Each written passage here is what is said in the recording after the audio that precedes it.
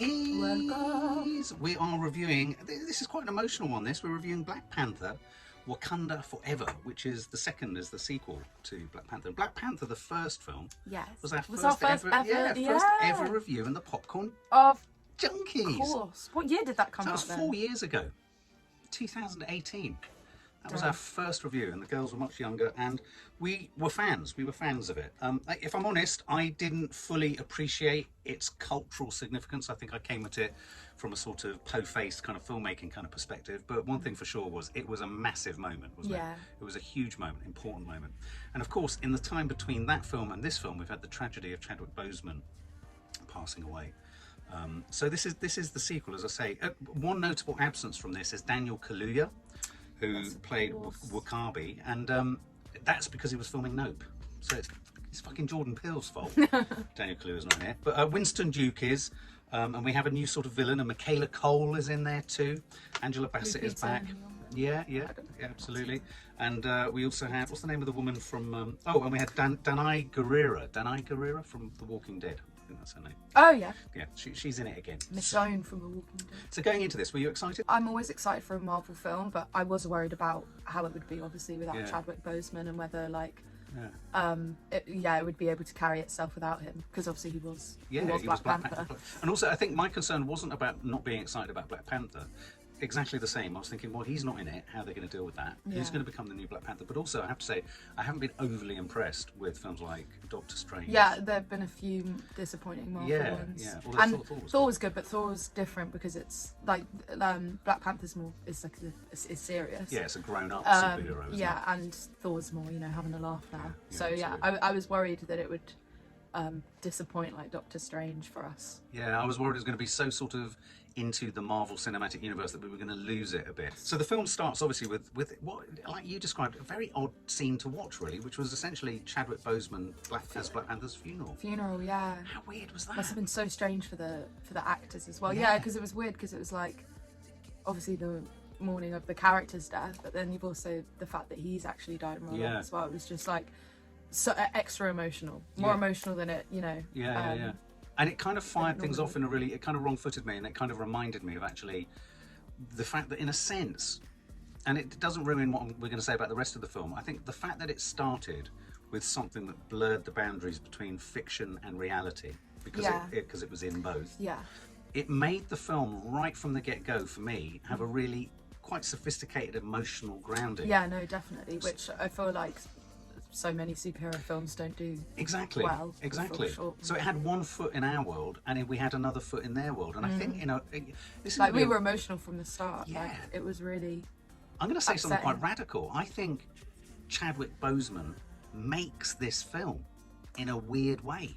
Yeah. Because his absence is so... And it's threaded through all the characters' storylines and how they deal with stuff, apart from obviously Namor, the kind of villain. Anyway, so it starts with obviously the funeral, and then quite quickly we're given a sense of, what's the name of the material? Is it Vibranium? Vibranium. So Vibranium, and I thought again this was really good, because this aspect to the film, to the original Black Panther, was there. This idea that Wakanda is this, African civilization country that's got resources like Africa and our world that are potentially being exploited by the rest of the world, or by supervillains and superpowers and all that kind of stuff. And I thought this took that one step further, because what we discover is they're not the only civilization with vibranium. They thought they were. And the other culture is this wonderful world that's led by Namor. Talokan, isn't it? The Empire of Talokan. And Namor, who was this new kind of... Well, what I liked about Namor was he was a villain. He's this character who curiously has these feathers on his feet. Yeah, he has feather wings. Which I thought was going to be a bit naff. Well, I'm not going to lie. When he was first shown, I was a bit like, what? And I know people will be like, you're not Marvel fans, you should know him from the comics. Yeah. You don't. But yeah, no, at first I was like, I'm not too sure about this. Yeah. But my opinion very much changed. And so he came in and sort of warned them. And without going into the sort of plot details, I thought what was really rich about this film was that we didn't have that classic... Namor was positioned as the villain. His community, his world, the race of his race, I thought outdid Avatar. 100%. Because they were real. They're like real blue people. rather than fake blue people. But I was surprised by how much of this film took place underwater. Yeah, no, it did, and it worked. And it's kind of unusual in a Marvel film as well. And I thought that opening scene where you have the two sort of humans going down and exploring, and then they uncover this community led by Namor, the Talakans, and then that wonderful moment, because I said to you, why are all the men on the ship just walking into the water? Yeah, no, it was like siren song. Siren song. This is what I mean. This is what I quite liked about the film. Yeah. It's quite hard to explain, but it's like, it's the first time in any, like, especially in any recent like superhero films, Marvel films, that it's felt like a movie. Like, there were points in it where I could forget that I was watching a superhero movie in a good way. Absolutely. Because there were so many like points and premises in it that didn't just feel like it was this big explosion leading to this big thing and this that was protected by this thing. Do you know what I mean? It didn't feel like too out there, like too unbelievable in a good way. Yeah, I mean, it's had its fair share. It's parked in this. But there were just nice moments where you could kind of forget. You were just like, oh, like I kind of forgot what it was that I was. Yes. That I was watching like a superhero film. And yeah, Big exactly. Bang. Yeah, exactly. And I thought it was tackling like more mature like things. It was tackling. It's a film that tackles grief. It tackles loss. It tackles. I thought I was absolutely blown away by Letitia Wright. Yeah. I mean, I'm going to talk about all of the performances because everyone in this is fantastic. I do find Angela Bassett sometimes a little bit sort of. I feel she's performing to the back of the stalls, so she's kind of punching it out there. But she's an absolute icon, isn't she? And she's sort of, much loved. But Letitia Wright, and I was saying this to you after we saw the film, she's quite a serious person in real life, and she's had her own struggles. Really sweet. She's really sweet. She's struggled with her mental health, And you made a very valid point when I said, God, she's so like Chadwick Boseman. And you went, yeah, that's maybe why they cast her as his sister. Brother and sister. No, I get you though. I like really felt it in this film that it was. She had so much of him in her and her performance and everything, and I felt like she just carried the legacy of it on so well. Because I won't lie, going in, I was because I loved her in the first film. Obviously, she wasn't in it nearly as much as she is in this. She was kind of like the Q of James Bond, yeah, sort of tech wizard. Yeah, so I was worried about whether she would be able to carry the film, just because obviously we didn't know enough of her or like what she was capable of. But honestly, I completely take it back and feel wrong for even doubting her. No, you're absolutely right. She was amazing in it, honestly. From the action here, obviously this is a spoiler review, from the action sequences to the way in which she kind of earned the right to get the suit, to the fact that, going back to this thing that I said at the beginning, her performance, you felt the loss and the presence of Chadwick Boseman in her performance. Yeah. And I'd be fascinated. And I think it did make all of everybody else's performances so much more emotional, because we know that they've actually lost a person that they knew in real life as well as, Yeah, none of the actors in this film were having to channel other emotions other than what they were feeling. No, exactly. Even right down to Winston Duke, who, if I'm honest, I can always do with more of Winston Duke. He's always so fun. But maybe, like you always say, maybe he's only as funny as he is in it because of that. So this kind of potential conflict happens between Namor, the Talakan, and Wakanda. And then they kind of enter into, and then they're trying to keep it secret from Martin Freeman, who's back in the US. And there's this very sort of, I think obviously it's going to make sense in, I think, a future film called Thunderbolts and all that kind of stuff. There was this sense of, I can't quite work it out, but there was this sense that the US, Wakanda wanted to keep the US unaware of this other Talakan under the sea kind of empire, didn't they? Yeah. And so there's that sort of narrative of Martin Freeman kind of being the only one who knows in the Western world that there's this other dangerous kind of potential villain. Yeah. There's now these two superpowers with vibranium, which, let's face it, is their version of nuclear war, isn't it? Yeah. And so you have this sort of potential conflict. And I thought Tenoch Huerta, who played Namor, was brilliant. So good. He was kind of in that lovely scene where Letitia Wright went into their community. Yeah. And you got to see their community in a way that, again, I have to say, I just preferred to Avatar. Yeah, we're not Avatar fans here, guys. But yeah, no, I like I said, I was unsure of him at first, and he completely changed my mind. And I always love when you've got a villain where you can see some kind of humanity to them, or their weakness or whatever. And they gave that lovely backstory to him, didn't they? We got a sense of where he came from, how the vibranium changed their skin colour, how they adapted into. I thought it dealt with all of that really well. I much prefer to get that from a superhero film rather than just things blowing up. Yeah. And all that kind of stuff. Which people would argue is the point of a superhero film, but you do get one big protracted battle, which was quite a good one, I thought, to see later in the film. Yeah. We forgot to mention, tell our Popcorn Junkie viewers about the wonderful tribute in the Marvel. Oh yeah, of course. So obviously in every Marvel film there's the like comic book flick. Yeah, Well, we used to comic prefer book. the flick. Yeah. You know, for the like big Marvel logo, and usually it like flicks through all of the different Marvel films, but it has the like classic music, but it was just really like emotional, and we thought such a beautiful tribute to Chadwick, and it was just flicking through moments of him from the films, from Really Black Panther and calming. Avengers, and there was no music, it was just silent. It was really, It was really apt and appropriate to the tone of the film as well. and it really made his like death more real, because I felt like everybody still was in so Very much true. shock about his death, because obviously he kept it secret for so long, and because he was so young and he'd only kind of just stepped into the Marvel world, that I was like, what, he's died? Like, are you kidding? So it was really strange, because I felt like in the movie it almost like we came to terms with his death with all of the characters coming to terms with his death in the film. So it was like, it was like a closure on his death. It was. They kind of reintroduced. They reminded us of what we sort of had with him before in that. And it was just. I think the film was so respectfully made, considering that he couldn't be in it. And I agree. I thought CGI was good. I thought the battles were good. I didn't even feel like I was really watching CGI. No. There were a couple of moments where you felt there were pickups in front of the blue screen. But the scientist girl. The scientist girl, Dominique Thorne. Well, she was introduced. She was the one who developed the vibranium. Detector, that's right. And so, of course, the worry for both communities, the Takalans and the Wakandians, was that they would discover that they'd got it and all that kind of stuff.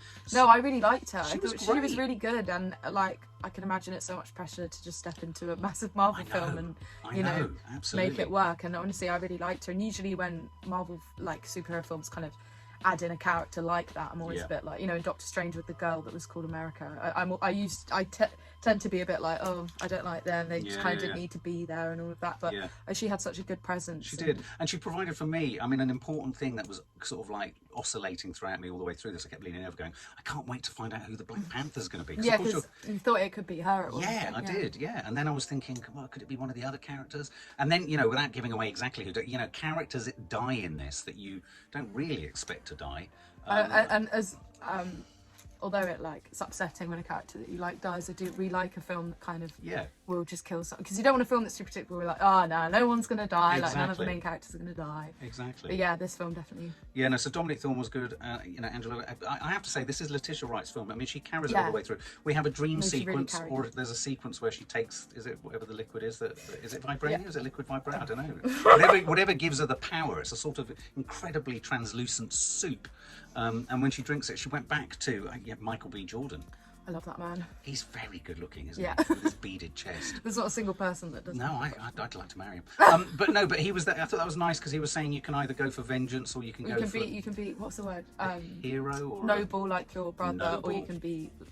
vengeful like me. And she said, I want to burn with fire. I'm not going to be my brother. I'm going to I want to burn the world. And that was a really nice thing as well, when the villain, so to speak, was telling her, we can either like team up and just destroy the whole world and be allies, or we can be enemies and you'll be the first that we wipe out. But it was just like, it's just a cool dilemma to have, because obviously we know that she's a goodie and all of that, but the anger of the death of her brother. Well, and I like that. I like the fact that they've introduced that, because with Tony Stark, you had that sense of anger within him in Iron Man.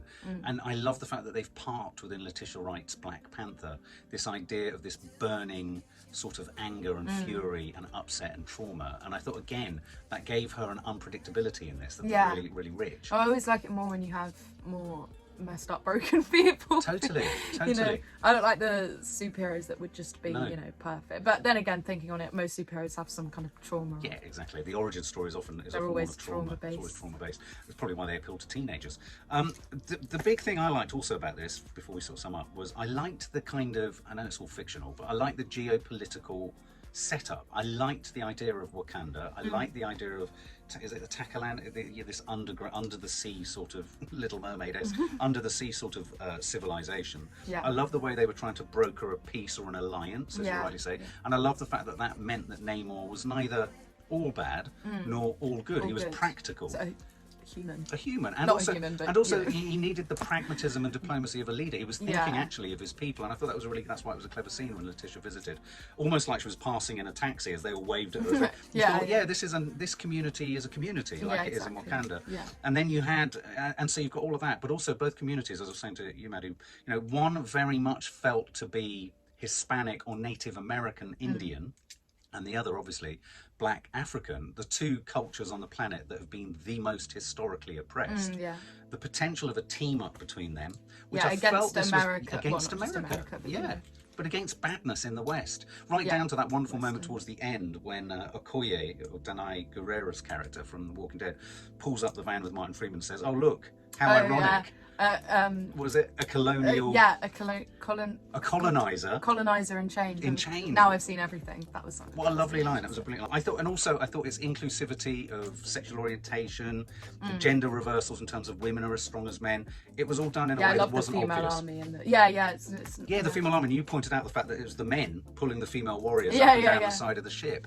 Yeah, so I liked all of that. And also I was pleased that when people die, they died in this. So in summary, what would you say, Matt? Right, so like I said, you know, I try not to get my hopes too high for Marvel films. So I was a bit skeptical about it. I was unsure as to whether, you know, just because it is a big job to take on, whether she'd be able to carry a 3-hour-long Black Panther film. It's long as well. But it really did not feel 3 hours long, which is always a good thing. I really loved the music in it. Yeah, it was really I good. remember really liking the music from the first one as well. Yeah. Performances from everybody were just amazing. It was a lot. I found it a lot more emotional than I was expecting to find it. Obviously, I knew it was going to be upsetting, but I got a lot more emotional than I thought I would.